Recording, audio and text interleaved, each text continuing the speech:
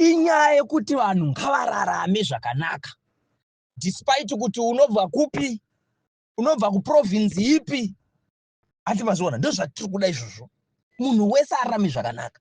Mutaundi umu mabig shops akafanana na TM ana ovhura anachopisa. Maindustry ovhura vanhu vaona mabasa. Ndo Zimbabwe yatiri kuda yakafirwa nana Tongogara. Yaitaurwa na Tongogara kuti tiri kuda kuti vanhu vararame zvakanaka. Ndo Zimbabwe yatiri kuda isi. Andi mazona. Zimbabwe isina tribalism. Zimbabwe inotaura nezvirimwa chete. Zimbabwe isina rimwe rudzi rinonzi rudziru. Ndoro makaranga saka rakakosha. Ndoro rinosungirwa kuzara mukabinet. Aiwa, aisiro Zimbabwe yatiri kuda isi. Tikuda Zimbabwe yakabatana. Tikuda Zimbabwe inoerera huchi nemukaka. Ndo yakafirwa naTongogara. Ndo yaichemwa naTongogara kunzi. Ini chandiri kuda handisi kuda zvigaro. Hatisi kuda ma leaders are in love with money. Toda ma leaders are in love with people. Vanoda vanhu vane vanhu at heart. Kwete vanomora upfumi hwenyika vachiendesa Dubai. Kurarama nekupema kupera vana veZimbabwe akangotambudzika hanzi enda unoona Scott. Akangotambudzika hanzi ningifonera ichivhayo. Aisiro Zimbabwe yatiri kuda. Toda Zimbabwe kuti munhu anozvishandira. Unoona? Now, look now. December kai. Tine vanhu vane madegree izvozvo, vane madegree. Vakadzidziswa nevabereki mombe dzakatengeswa. Andi mazviona ka. But izvi as I'm speaking now, amai vari kumusha vakatengesa mombe kuti mwana aende kuchikoro. Mwana akaita madegree. Mwana wacho yakaita madegree izvozvo ane kana 7 years apedza. But basa chaicho haasi kuri wana. Basa chaicho haasi kuri wana. Ezvizvi Christmas yasvika iyi. Akwanisa kana kutumira amai chouviri kuti vararame. Andi mazona. Amai apo vane BP, apo vari kurwara. Andi mazona. Kuzvipatara hakuna mushonga. Aisiriwo Zimbabwe yatiri kuda vakomana. Hatisi kuzombofa takapeta maoko. Ino ukataura zve2030 padhuze pangu ndokurova mbama yakaipa yekuti hauzoda kundiona futi. Ndokurova imwe mbama yekuti hauzoda kundiona. Ukanitaura zve2030 uri padhuze pangu. Fange avana garu avo. Zimbabwe to go forward. Chivhayo anofana kusungwa. Motikari dzese dzaakapa vanhu dzese dzaakutengesa mari yenyika achipana Japres achipana ningi kana tabvisa Mnangagwa pachigaro.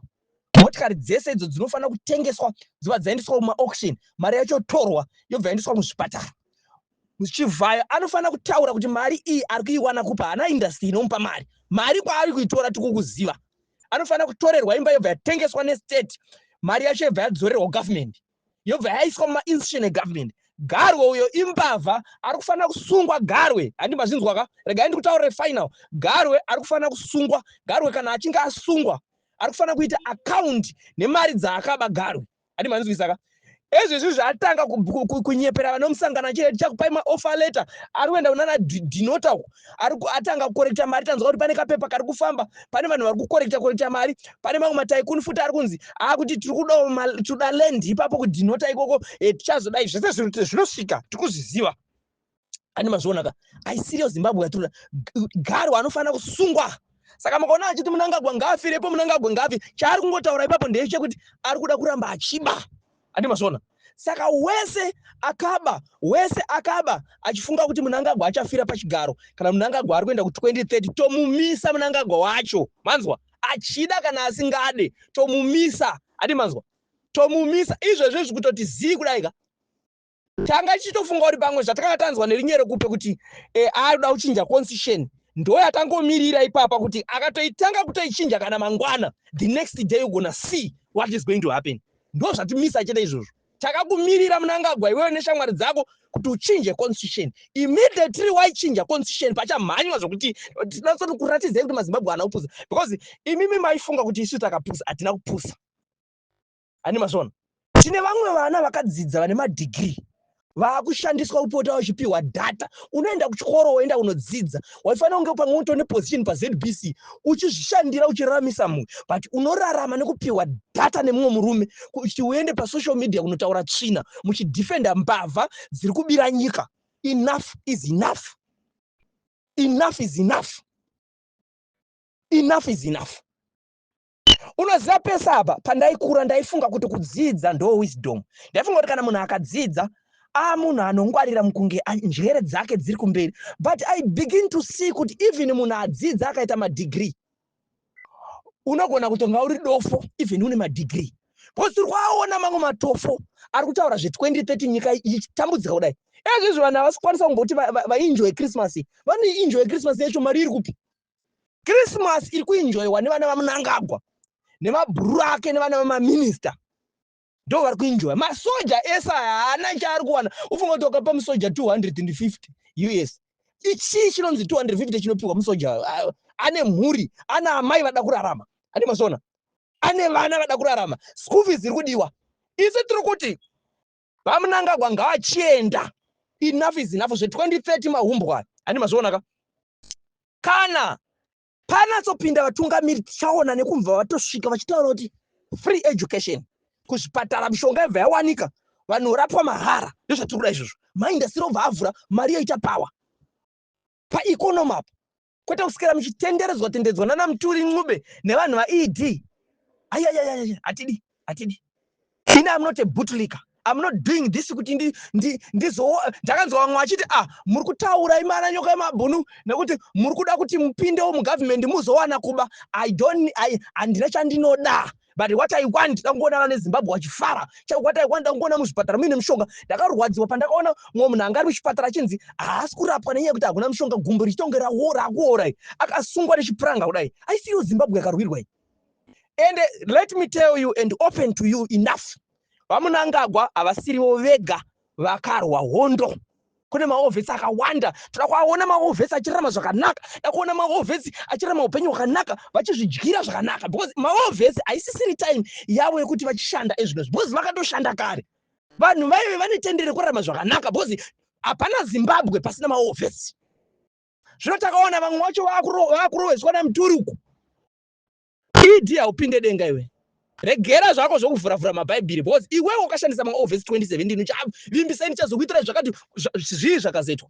Makati ngavavhetwe ngavadai vamwe vacho hapana chavakawana nanhasi. The same zvavaitwa 2017 navaMugabe ndo the same zvawakanga wakuita maofesi iwe vachisungwa nekwamuturi uku. Maofesi vari kuti upenyu hwedu wakomana unoita zvakanaka. Iwe unotuma vanhu vako kuti maofesi ngaasungwe. Ona zvino maofesi ari kuenda mujere. Vamana iyi nyika ikai haimboda kuti tinopiwa mari kuBritain kuti ite zvakanaka. Haimboda kuti tipiwe funding kuAmerica. Nyika yedu yakatoropafadzwa kudhara. Takangoziva kuti minerals atina wakadai. Pobva pane ndinoitwa management yakanaka. Chinhu chauraya nyika mismanagement, corruption, two of this thing. Ndo zvinhu zvauraya nyika yedu izvozvo. Ndo zvinhu zvauraya nyika yedu. Saka isu tiri kuti hapana ari kuzoenda ku2030 nyeperana istereke mugodi. Takakumirirai pakuchinja mutema. Ndo patakakumirirai. Hatisi mafuzi. Makafunga kuti vana veZimbabwe vanotya stereki. Makafunga kuti vana veZimbabwe vakapusa stereki. Manje now I'm telling you and I'm warning you. Nyaya dzenyu dzekuba mari yenyika muchita zvamunenge muchita mufunga kuti Zimbabwe ndeyenyu. VaMnangagwa anga ari mugovernment Mnangagwa kubva 1980 ari mugovernment. Makore mangani 40 something years ari mugovernment ari minister achinja different portfolios ari minister. Ari mazvinzwa. After that aita 40 something years ari mugovernment ari minister. Ndobva apiwa futi mumwe mukana kunzi mumwe mukana uyu. Abva avimbisa vanhu akati pa 90 days nyika inenge yanaka hapana chakabuda. Temu yekutanga ngwambu yapera. Yechipiriyo yakutopera ngwambu yakutopera. Akuda imwe temu. Vakajaidzwa. Zimbabwe yakapersonalizwa nechikwata chana ED vakaitora kuiita nyika. Kuita sekuti inyika yakabarwa namai vavo. Ndo dambudziko hombe ratakaita rekuti unonzwa vanhu vachitaura kuti isu tinobva kumasvingo yanguva yedu yekuti timbodyawo kana kuti timbotongawo. Ukukara ikoko kunoita kuti munhu atange kutaura kuti uyu mundevere, uyu mushona, uyu mukaranga, uyu muchii. Ngatiti tese tiri maZimbabwe vanogona kutungamirira tovaisa pamberi votungamira isu tichidya rifa renyika. Ndozvo zvinofanira kuita. Ini kana ndisingagone kutungamirira ngandipei anogona kundipfuura mukana wekuti anga achitungamirira. Tiri vana vaamai vamwe chete muZimbabwe muno umu, hakuna abvi, hakuna mupimbira, tiri nyika imwe chete. But uri kuona kune vanhu vakagadzira politics dzine ruvengo, politics dzehatred, dzaakuita kuti vana veZimbabwe vasaonana, vana vaamai vamwe chete vasagona kuonana. Ukaenda kumaruwa uko mvura chaiyo iri kunetsa, vanhu vari kuswera kuzvibhorani, ike zvino mapisira kuri kuita mombe dzapera mumatanga. Asi vanhu veZANU PF vari kumusoro vanoramba vachingoita maslogan. Ticharamba tichidya maslogan iwayo. Ike zvino izvi mombe dzapera, matanga avharwa, ticharamba tichiita sei? Nzara ike zvino izvi mvura yasvika December, kuna namasvingo kwese uko hakuna mvura. Vanhu vachadya chii? Gore rino makatadza kuvapa chikafu, gore rinouya muchavapa chii? Muri kukwidza mataxes, nyika ine drought, nyika ine nzara, muri kuramba muchingokwidza matax kuti murambe muchingosvina mwana weZimbabwe. Ndopa uchaona kuti iyi nyaya yekuda kudya mega iyo rimwe zuva ichakuparirai. Ichaparirai. Nyika ino haifaniri kunge ichitungamirirwa nezvematongerwo enyika, inofanira kunge ichitungamirirwa nevanhu vane chido chekuvaka nyika. Zvematongerwo enyika zvinongouya chete bedzi kuunza competition nema-ideas kuti no, these are our ideas, these are our ideas, toenda contest awina. Kwete zvonzi masoja asalutenhingi.